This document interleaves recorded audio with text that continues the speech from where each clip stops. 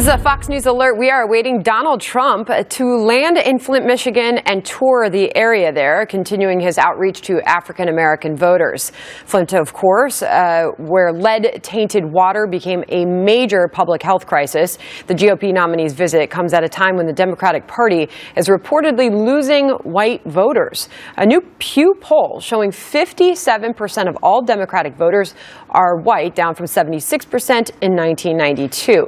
The Republican Party, by contrast, has seen only a 7-point drop in white voters over the same period of time. Payton is the millennial politics and pop culture writer for The Federalist, and Richard Fowler is a Democratic strategist and radio talk show host. What do you make of this? Richard Fowler, I'll go to you first. Hey, Sandra. What's happening with the Democratic Party, and the demographic seems to really be changing on both sides? Well, America's demographics are changing, Sandra. I think our country is becoming a more and more diverse place, and as the Democratic Party continues to become more diverse and talk to new population, whether it be Latinos or African Americans or the Asian Pacific Islanders, the Republican Party is becoming more homogeneous, which explains the rise of somebody like a Donald Trump over a Marco Rubio in the primary. Fair enough. And Bree, Donald Trump, this is his second visit to Michigan this month alone. He's obviously making a big point to be there. Earlier this month, he attended services at Great Faith Ministries International Church. This, as we do see, the numbers showing that Christians are leaving the Democratic Party. Yeah, definitely. I think that the Democratic Party certainly does talk about issues that are important to not only minority voters, but also young voters a lot more often than the Republican Party does. Throughout the entire primary cycle with the GOP, student loans, which is an important issue to young voters, as well as the crisis going on with the water in Flint, Michigan, was not really brought up that often. And so I think these changing demographics that we're now seeing is just a very apparent real-life consequence of their decision to ignore these issues and kind of pretend like they're not happening. Another important issue, Richard, is an issue for voters, Obamacare. New census numbers showing a troubling trend when it comes to Obamacare. According to the supplemental poverty measure, the steep costs of health care continue to push millions of Americans into poverty. And new polls suggest that may be helping Republicans for re-election this year. Richard.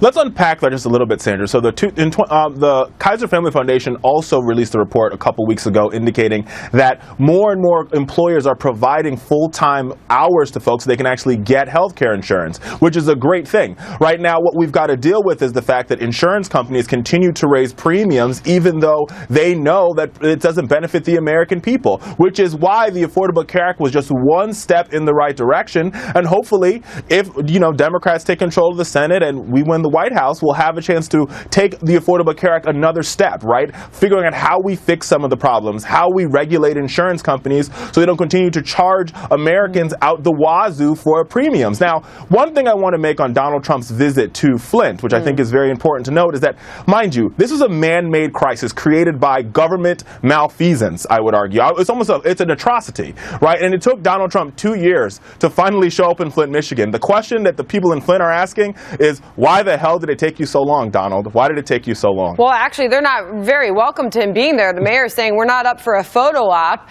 They say they have a lot of work to do to fix the problem. So need to point that out. But I want to get back to this issue of Obamacare because I want to get Bree's take on this as well. This map clearly showing the trend that we're talking about here, showing states exiting from Obamacare, which happened, by the way, to be some of the biggest battleground states for Senate Republicans this year. Illinois, Wisconsin, Pennsylvania, Florida, North Carolina among them. Some big states to watch there, Bree. Yeah, definitely. And I think we need to talk about the reason why health insurers are charging more and more for their premiums. They're charging more for health care because health care is getting more and more expensive under Obamacare. We need to talk about that.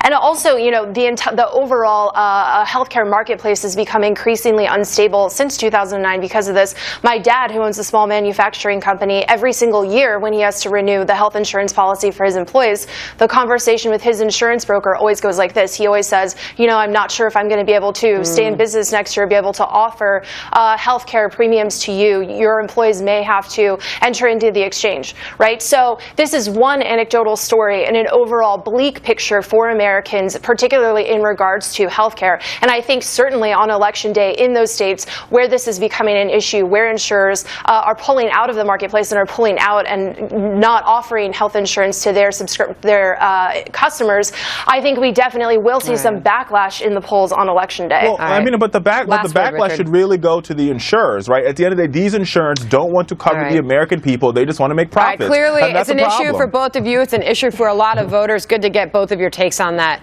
Good to see today. you, Sandra. All right, we've got to get